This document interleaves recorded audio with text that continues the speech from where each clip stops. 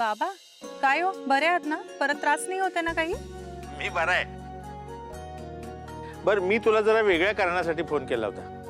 मला सांग, ती इलेक्ट्रिकची सगळी बिलं ठेवलेली फाईल कुठे आहे ग? मला सापडत नाहीये ती. ती त्या शेल्फ मध्ये ड्रॉवर आहे ना, त्याच्यात बघा बरं. एक मिनिट हा नंदू.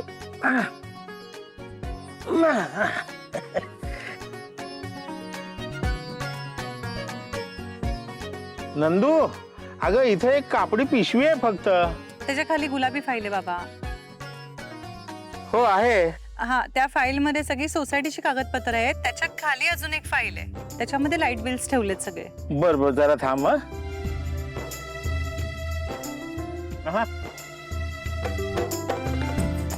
हा नंदू, सापडली फाईल. हे बघ, तू नसलीस ना की हे असं होतं. नंदू, तू कशी आहेस ग? म्हणजे तिकडे सगळं ठीक आहे ना? आणि पैसे पोचवल्यानंतर समर साहेब काय म्हणाले? थँक्यू म्हणाले. बरं बरं. ते तसे पहिल्यापासून समजूतदारच आहेत म्हणा. बरं, मला एक सांग, ते ठीक आहेत ना? म्हणजे कसं वागतात ग ते तुझ्याशी? हा, बरे आहेत. म्हणजे आपल्याला सुरुवातीला वाटलं होतं ना, तितके वाईट नाहीयेत. अगं, ते मुळात वाईट नाहीतच. तसं नाही हो बाबा, पण आपल्याला सुरुवातीला वाटलं होतं ना, ते आश्रमाच्या वेळी जे काही झालं होतं जमिनीचं आणि सगळं, तेव्हा वाटलं होतं ना किती दुष्ट आहेत वगैरे. पण तसे नाही आहेत ते. एखाद वेळी अचानक बरे सुद्धा वागून जातात. काय काय म्हणजे काय? एखाद्या वेळी म्हणजे काय? अहो, म्हणजे काय झालं, आज माझ्यामुळे ना त्यांची थोडी ती क्रोकरी, काचेची भांडी काही फुटली. बापरे.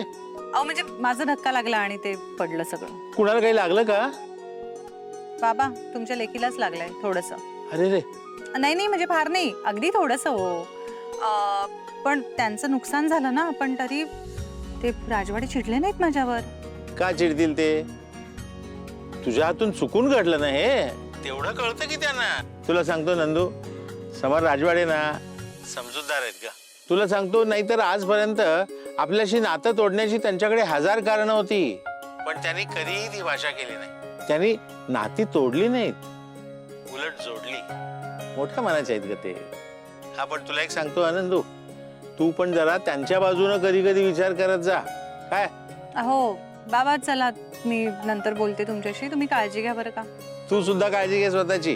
हा, बरं, चल ठेवतो फोन. बाय.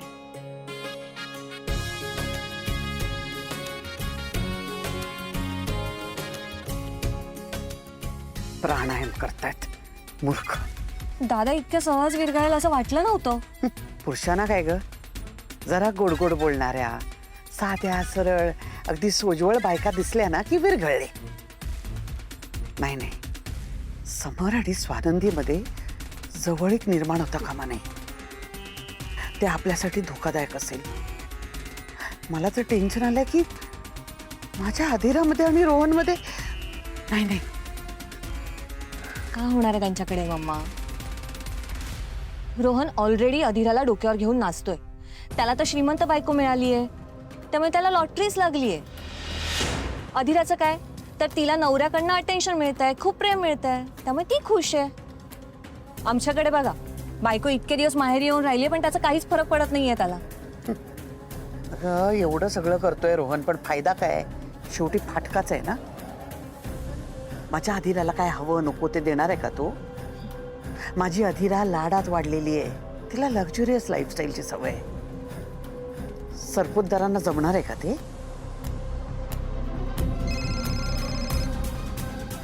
अधिरा स्पीकर वाटा आणि तिच्याकडनं काढून घे काय कर. हॅलो, बोल ग, काय झालं? अर्पिता ताई, तू घरीच आहेस ना? हो, का ग? ग्रेट. मग एक काम कर ना, माझ्या जुन्या रूममध्ये जा. तिथे माझं वॉर्डरोब आहे ना, तर त्याच्यामध्ये माझं स्टडेड ब्रेसलेट आहे बघ, ते राहिलंय. तेच ना, जे ब्रँडेड आहे, दादाने गिफ्ट केलंय ते? या correct correct. So I don't know यार, मी कशी विसरले. I need it, I really miss it. म्हणजे मी मधून मधून घालायचे ते, मी कशी विसरले काय माहिती. सो तू जरा ते शोधून ठेव, ओके? मी पिकअप करते ते किंवा रोला पाठवते, okay? Oh my dear doll, आम्ही ते व्यवस्थित ठेवून देऊ. पण तू आधी सांग, तू बरी आहेस ना? हा तुला तिथे कुठल्या गोष्टीची कमी पडत नाही ना? या मॉम, जरा सफोकेट होतं कधी कधी, but that is fine, manageable आहे. मेजर काही नाही. Okay, so you don't worry. Oh my baby, तू एक काम कर ना, तू इथे ये ना माहेरपणाला. असंही लग्न झाल्यानंतर काही दिवस मुली येतात माहेरी राहायला. ते रीतच आहे. तू पण ये ना. Really? Actually not a bad idea. Let me think about it आणि I let you know. Okay, बघू. बघू नाही, येच. We really miss you doll. मी एक काम करते, मी समरशी बोलते तुझ्या येण्याबद्दल. हा, पिंट्या दादा, ओके फाईन, चालेल. मग लवकर ये. हा, आणि तोपर्यंत स्वतःची काळजी घे. या. Bye baby, love you.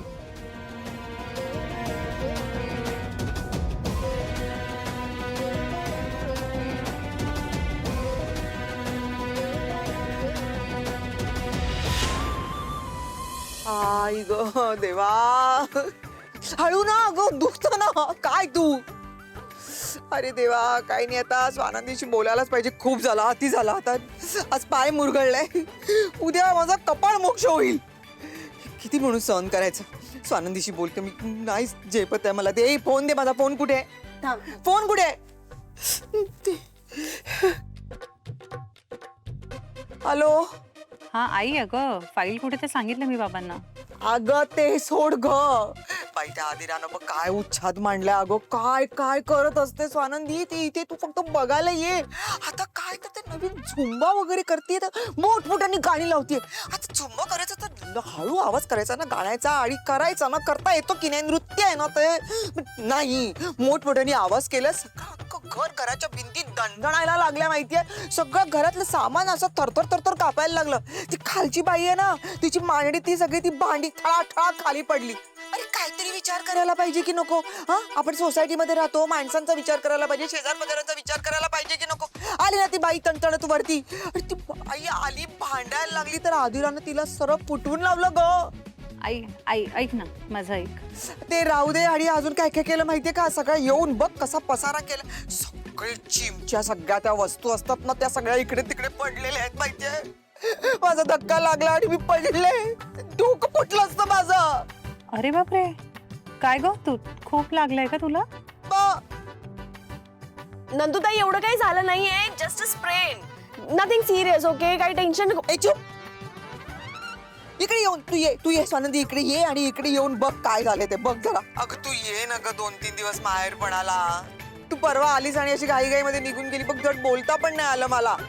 ये नाही, ये बघ जरा इथे काय काय चाललंय ते बघ, स्वतःच्या डोळ्यांनी बघ. मला नाही झेपत आहे आता. बरं, तू शांत हो बरं आधी, आणि माहेरपणाला येण्याबद्दल मी जरा एकदा घरी बोलते आणि मग कळवते तुला, ठीक आहे? तर मी एक काम करते, मी तुझ्या बाबांशी आधी बोलते, मग ते बोलतील ना तुझ्या सासरच्यांशी, है ना? ये नक्की लवकर. हा,